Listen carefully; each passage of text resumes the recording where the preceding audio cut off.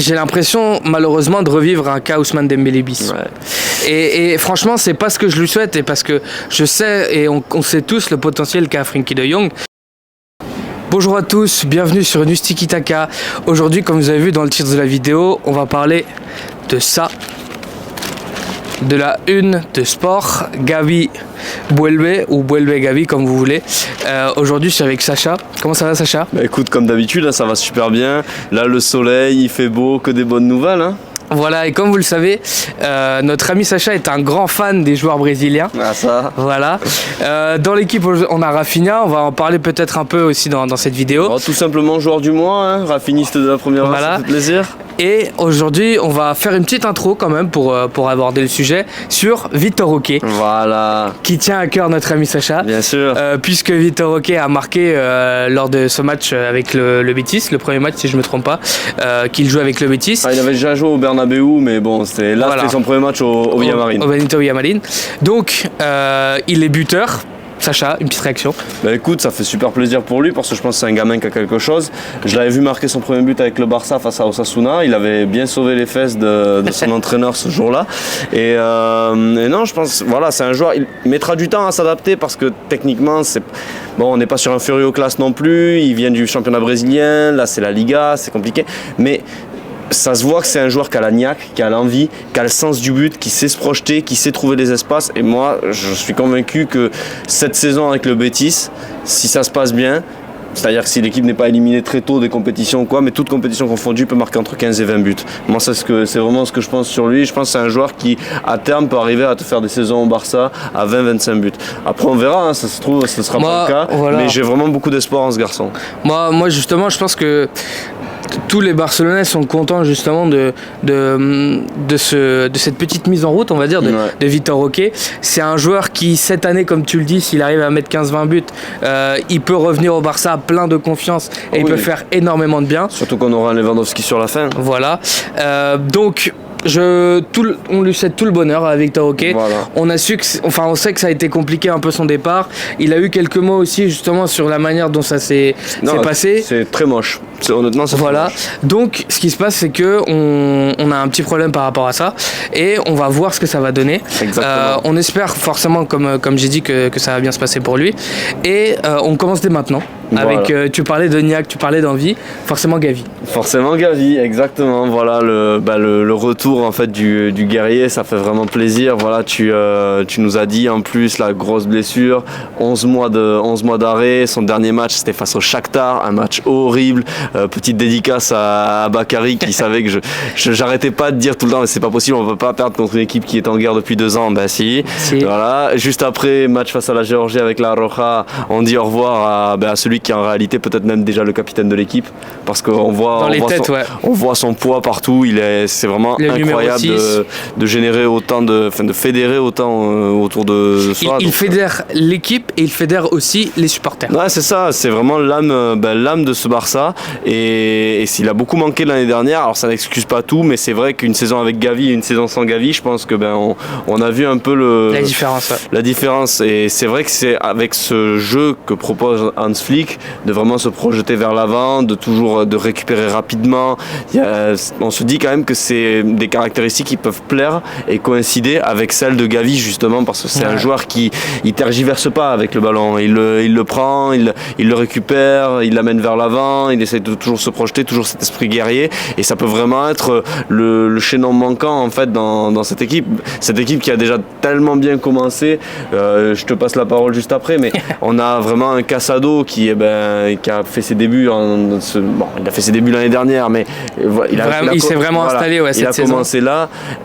Gavi c'est un Casado plus c'est-à-dire qu'il a vraiment des qualités qui sont différentes, il est beaucoup plus fin techniquement je trouve et on voit à quel point Casado arrive quand même à tirer son épingle du jeu, donc on ne peut qu'être optimiste pour Gavi. Après il revient d'une blessure longue, ce qui se disait sur le journal c'est que vraiment ils vont prendre leur temps, il va redémarrer petit à petit, c'est déjà énorme qu'il soit présent à l'entraînement collectif. Il devrait retrouver les terrains en fin de mois ou début de mois d'octobre, mais on verra.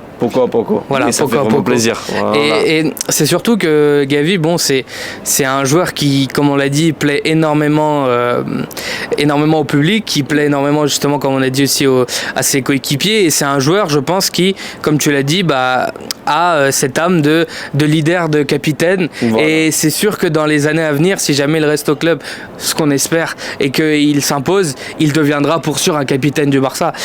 Moi, ce que j'ai envie qu'on fasse avec Gavi, c'est ce que tu dis, c'est lui donner le temps de revenir, qu'il revienne bien, qu'il trouve une place aussi dans cet effectif, parce que on a fait une petite vidéo sur Olmo, hein. Dani Soft Olmo nous a fait taire sur ce début de saison. Et espérons que ça continue comme ça. Après, nous a fait taire. Bon, on va voir ce que ça va donner. Moi, quand je disais Soft Olmo, c'est vrai qu'il me paraissait soft. Maintenant, on dit aussi quand même qu'avec la Roja, il a quand même réussi des choses, qu'il a réussi un Euro, qu'il a marqué un triplé face au Bayern. Bon, on ne disait pas que c'était un tocard non plus. Mais avant je veux dire, Olmo, ça fait quand même déjà depuis l'été que ça macère, depuis juillet, qu'on en entend parler. Et donc, vraiment, le pic de Olmo, ça a été à l'Euro. Ouais. Il faut le dire, tu vois. Et là, il vit son pic, il vit son meilleur moment. Il vit son pic, mais justement, je crois que tu es inquiet pour un joueur par rapport aux performances de Dani Olmo. Je crois. Alors justement, on parlait de Gavi, et maintenant on va parler d'un joueur qui est pour moi totalement différent. C'est deux choses pas opposées, mais vraiment complexes et qui ne sont pas la même chose. On parle forcément de Frenkie de Jong. C'est un joueur qui, pour moi, peut avoir un rôle secondaire si jamais, comme tu le dis, Olmo continue dans sa lancée. Franchement, moi, le milieu que je vois, c'est Olmo, Pedri et Gavi. Si le rodage est bon et que tout le monde s'entend, ces trois-là, pour moi, on les bouge pas, Sacha. Ok, ben moi, écoute, tu sais que vous savez tous que j'aime Frenkie de Jong, c'est vraiment l'un de mes joueurs préférés. Il m'a beaucoup déçu l'année dernière, notamment face au PSG. On en parlait aussi un peu en off, mais c'est pas normal qu'un joueur comme Frenkie de Jong, à 26 ans, n'ait pas de match référence en Ligue des Champions. C'est pas normal qu'avec un tel salaire, tu te fasses boire comme ça par Fabien Ruiz ou par Vitinha. Au bout d'un moment, tu es obligé de step up. C'est pas possible de se contenter de si peu. Maintenant, je pense que c'est vraiment un joueur qui va aussi bénéficier du changement d'entraîneur. J'ai vraiment beaucoup d'attentes de voir ce Frenkie de Jong là avec Hans Flick. Encore une fois, ce qu'on lui reprochait l'année dernière, c'est de trop souvent garder le ballon, de ne pas le redistribuer assez vite. Mais je pense que c'était aussi pour masquer les carences d'une équipe qui collectivement était à la dérive et ne savait pas vraiment ce qu'elle faisait. Je pense qu'on peut vraiment retrouver un Frenkie de Jong plus direct, un peu comme il était sous Ronald Koeman, un peu comme il était aussi lors de la saison du titre avec Xavi, parce que tout n'est pas à jeter non plus du passage de Xavi, mais voilà, je pense que c'est un joueur qui à la récupération peut vraiment apporter beaucoup. En tout cas, il y a beaucoup de candidats au milieu, et c'est vrai que peut-être que quelque part d'avoir une place menacée, ça va aussi le réveiller, parce que encore une fois, pas de match référence en Ligue des Champions, mais pas de match référence à l'Euro, il n'a pas fait l'Euro, pas de match référence en Coupe du Monde, le Mondial 2026 il arrive. Au bout d'un moment, Frenkie de Jong, il va falloir se réveiller, mon garçon. Je pense qu'avec Hans Flick, vraiment, on peut voir un excellent Frenkie de Jong. En tout cas, moi, tout ce que je souhaite, c'est de retrouver le Frenkie de Jong de la période janvier-avril 2023, là où le Barça a remporté le titre en Liga, et il avait été vraiment le Frenkie de Jong aussi, parce qu'on va parler un peu aussi de ton maillot. Le Frenkie de Jong sur ce maillot, moi aussi, il me plaisait énormément. C'est ça, c'était un Frenkie de Jong qui était encore insouciant, qui n'avait pas vécu le 8-2, qui n'avait pas vécu tous les déboires du club. Faut quand même se dire que le gars est arrivé ici de l'Ajax, il avait vraiment, il y avait encore Messi, tout ça, une équipe qui était passée à ça de la Ligue des Champions. Et il avait pas mal de prétendants aussi, il n'y avait pas que le Barça sur lui. Et là, je pense que mine de rien, ça a un peu viré à la désillusion, son passage. Maintenant, on peut le dire, mais à 30 millions l'année, il n'y a pas de désillusion qui soit. Au bout d'un moment, moi, le souci que j'ai vraiment avec Frenkie de Jong, c'est que tu parlais de toutes ces blessures, tu parlais du 8-2. Pour moi, justement, c'est un joueur qui a vécu tellement de choses au club et tellement de mauvaises choses, que ce soit sur les blessures, que ce soit, comme j'ai dit, sur les épisodes tragiques. J'ai l'impression, malheureusement, de revivre un cas Ousmane Dembélé bis. Ouais. Et franchement, c'est pas ce que je lui souhaite, et parce que je sais, et on sait tous le potentiel qu'a Frenkie de Jong, et on espère tous le voir éclore, mais c'est un joueur qui a quand même déjà un certain âge. Et donc, moi, je pense que vraiment, ça peut être, si ce n'est la dernière année, l'une des dernières années de Frenkie de Jong, si jamais il n'arrive pas à s'imposer. Parce que, comme tu as dit, dans ce Barça, les places sont chères et surtout au milieu de terrain. Et c'est ça, les places sont chères. Ça fait écho à un joueur qui était très cher, beaucoup de prétendants, mais là... Bon, il est sur le retour aussi, Ronald Araujo, mon petit. Alors, sur Ronald Araujo, justement, c'est le sujet qui vient tout de suite. Je pense que Ronald Araujo, c'est un joueur qui, contrairement à Gavi, a perdu un peu de cœur a perdu un peu de place dans le cœur des supporters. C'est un joueur qui forcément a été marqué, je le pense qu'il veuille ou non, par ce match contre le PSG. Évidemment. Moi, justement, pour faire une petite parenthèse sur ce match contre le PSG, j'en veux énormément et beaucoup plus justement à Frenkie de Jong qu'à Ronald Araujo. Je comprends que tout ce qui a été dit après le match, je comprends que les déclarations qu'il a fait sur Gundogan, les déclarations qu'il a pu faire sur le club, tout ce qu'il a dit, ça a pu avoir un impact sur le cœur des supporters. Moi, vraiment, je ne lui en veux pas sur ça. Je suis quelqu'un qui arrive à voir quand un joueur aime son club, et je pense que c'est le cas de Araujo. Je pense qu'Araujo aime vraiment le club. Voilà, encore une fois, comme tu le dis, je pense que c'était pas les déclarations les plus heureuses qu'il ait fait dans sa carrière. Je pense qu'au niveau de l'inspiration, bon, il aurait mieux fait d'aller dormir ou de se repréparer un maté.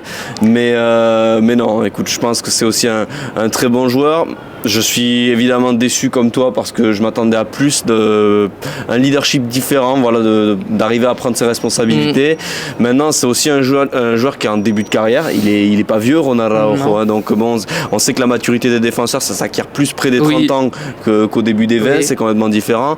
Voilà, moi, encore une fois, comme tout le monde, on lui en veut de ce carton rouge. Maintenant, qui l'a mis dans les dispositions d'être le premier relanceur, d'envoyer des sacoches devant? Moi, je pense que la première des failles face au PSG, c'était bien évidemment le plan de jeu. Bon, après, c'est quand même... on n'y retournera pas, c'est pas le sujet de la vidéo. On est d'accord. Maintenant, je pense que dans cet effectif qui est vraiment très très court, avoir, et notamment en défense, surtout pour soulager aussi un Jules Koundé qui est au four et au moulin depuis le début de saison, avoir un Araujo, ça va vraiment faire du bien. Parce que, mine de rien, tu retrouves un joueur, alors dans quel état, parce que c'est vrai qu'il a eu des blessures récemment à chaque fois au niveau de la cuisse, au niveau du mollet. On sent que c'est un joueur qui est très fort musculairement, mais justement ça a tendance à casser aussi un peu. On a vu une information selon laquelle Pedri, ils ont fait des tests sur lui aux États-Unis pendant la tournée, et oui, maintenant ils lui ont fait un programme un programme quotidien tout simplement. Je pense qu'Araujo suivra le même. Je pense que la plus grande amélioration qu'on a au niveau du Barça, c'est le changement de staff, c'est le changement d'entraîneur, et que maintenant il y a des vrais professionnels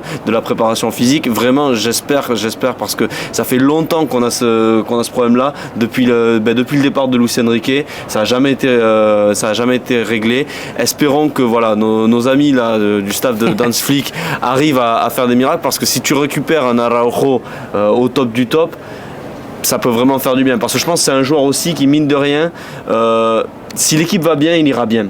C'est un leader, certes, mais c'est un leader qui peut être, à la différence d'un Gavi, comme tu l'as dit, vraiment plus impacté par l'environnement. Gavi, il va y aller. C'est comme un Fermin. Il n'y a pas de mauvais. Ils vont toujours vers l'avant. C'est là où ça peut pêcher, je pense. C'est ça. Mais c'est à double tranchant, dans le sens aussi où, si ça va bien, je pense qu'Araujo, il peut marcher sur l'eau. Justement, moi, Araujo, contrairement à Frenkie de Jong, je sens pas que ce soit un joueur traumatisé. Tu vois, même s'il a vécu le 8-2 et qu'on a cette image justement de lui sur le banc où on a créé un monstre. Voilà. On a cette image-là. Justement, sur Frenkie de Jong, on n'a pas cette image-là. Moi, forcément, ce qui me fait croire encore à Araujo, c'est ce que tu dis, le fait que justement, on est assez court au niveau de la défense. C'est aussi un joueur, je pense, qui a encore énormément de choses à prouver. Bien sûr. Là où je pense Frenkie de Jong, malheureusement, a encore des choses à prouver, mais je ne le sens pas avec la même envie. Écoute, on verra bien. En tout cas, ils ont un point commun les deux, c'est qu'ils ont le contrat qui s'arrête en 2026.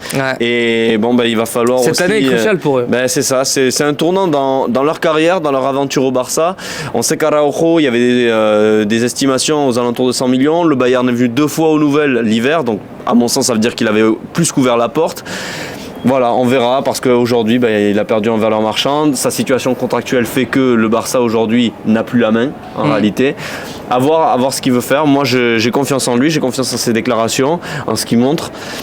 J'espère qu'il restera, j'espère que tous ces joueurs-là resteront bien sûr, retrouveront leur meilleur niveau et qu'on aura un Barça qui nous dira, regardez, vous avez rêvé en août, c'était juste un début d'apéritif. Voilà, c'est ce qu'on souhaite forcément. C'est ce qu'on souhaite forcément à ce Barça. Voilà. Pour faire un petit résumé, forcément, moi ce que je pense c'est ça, c'est que Gavi va revenir à son plus haut niveau, qu'il a toutes les chances pour justement s'imposer dans ce milieu.